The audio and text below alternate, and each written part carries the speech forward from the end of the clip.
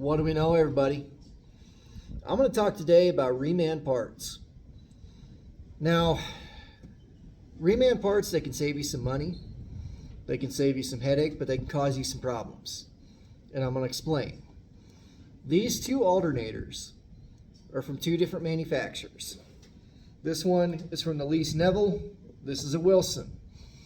Now, Wilson is a good product. I use their stuff from time to time.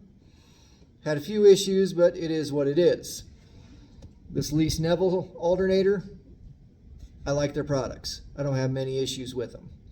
But the big difference is, the one in this box is brand new. This is a reman. Now, depending who you go to, you put in the part number, it'll bring up this one for the Lease Neville, it'll bring up this one for the Wilson. And I'm going to pull them back and I'm going to show you some things. Number one, how they mount, the spacing and everything is exactly the same on these two. That's good. But the problem here is if you stand these up, this one, this Wilson one, is a little bit bigger. This guy right here kind of spreads your air out, cools the motor. This one is considerably bigger on the Wilson versus this one. Don't know if you guys can see it too well, but inside this shaft, there's a keyway. That keyway holds this little air diffuser and it holds your sprocket. So when your belt turns that sprocket, it turns this shaft, which turns your alternator.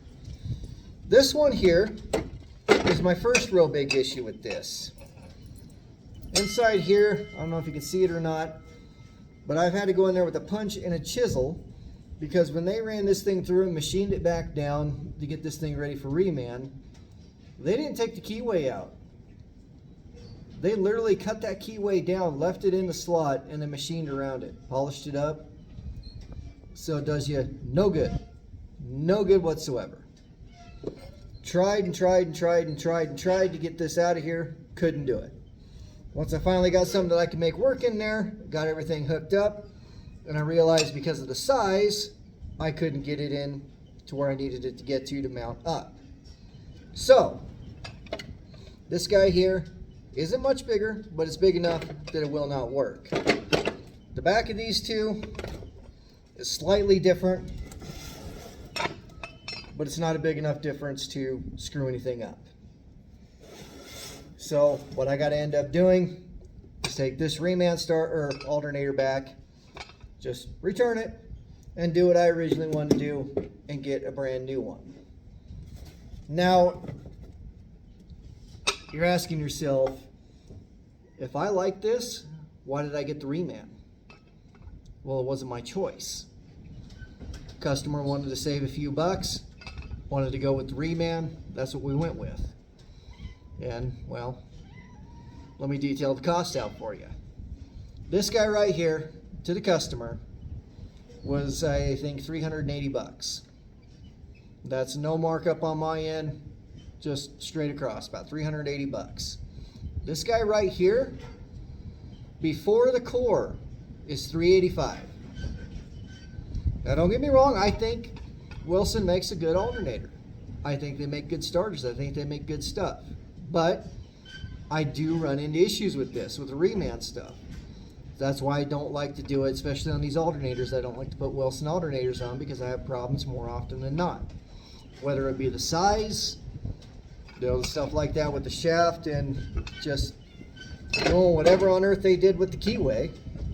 I've never seen anything like that.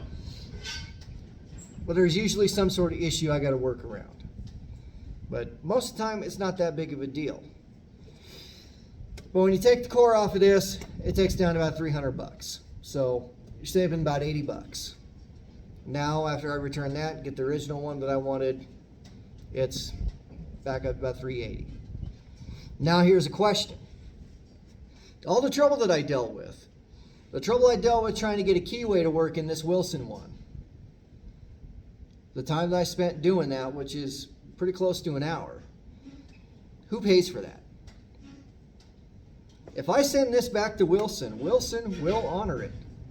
They will send me a different one, or they will take the return. It's not a big deal on their part. I never, ever have to fight with them. I had a starter a couple weeks ago. I think you guys saw the video on that. Brand new starter from them, or brand new reman starter from them. Right out the gate, didn't work. They sent you the readouts and everything else they send with them, but it didn't work. Bench tested it, didn't work. Had to wait a couple more days, got another one from them. That one worked, we're all good.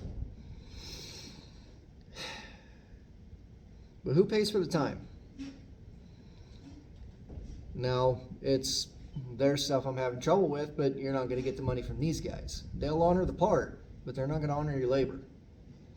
The parts house, warehouse you got it from, they're not going to pay for it. They're not going to honor it. Do I think my time's worth something? Yes, I do, but do I think the customer needs to pay for it? It's not their fault. Now, if the customer sourced this alternator and called me out to put it on, then yeah, I would charge the customer for every minute that I'm working on that vehicle, that truck. But the customer didn't do that. The customer requested this one, but they didn't get it. So, do you bill the customer or not? I didn't. I don't. Same with that starter, didn't do that either. It's a pain in the neck, and it makes you sick, and it makes you angry, but it is what it is. So I guess kind of what I'm getting to here is if you go to a shop and they don't want to use certain reman parts, it isn't always because they're trying to screw you. It isn't because they're trying to make a bunch of money off of you. It isn't because they're trying to get you to buy new stuff so they can mark it way up. Trust and believe, if they can save you money, most good shops, if they want to save you money, they're going to save you money. They're not going to try to get you to pay a ton of money because it's just not worth it in the end. But they also don't want to deal with a headache.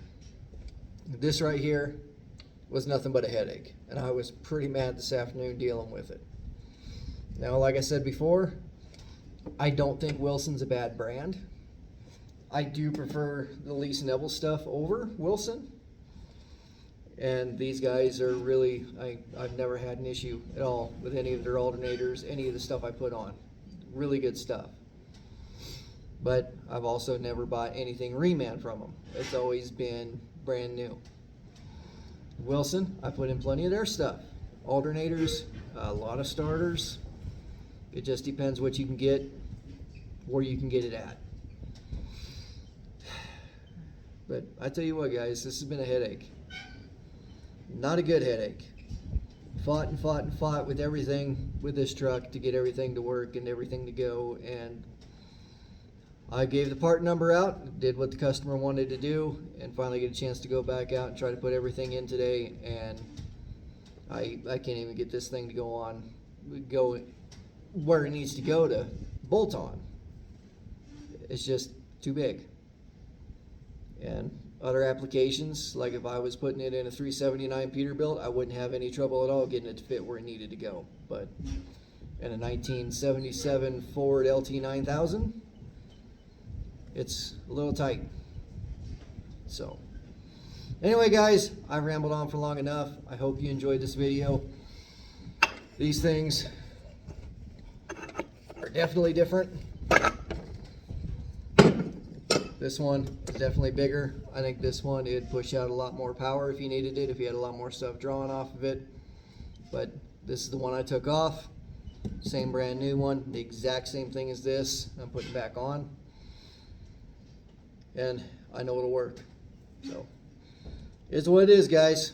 At any rate, I hope you enjoyed this. I hope you learned something. I hope you found it a little bit entertaining. I always like making these videos. As always, I thank you guys for watching.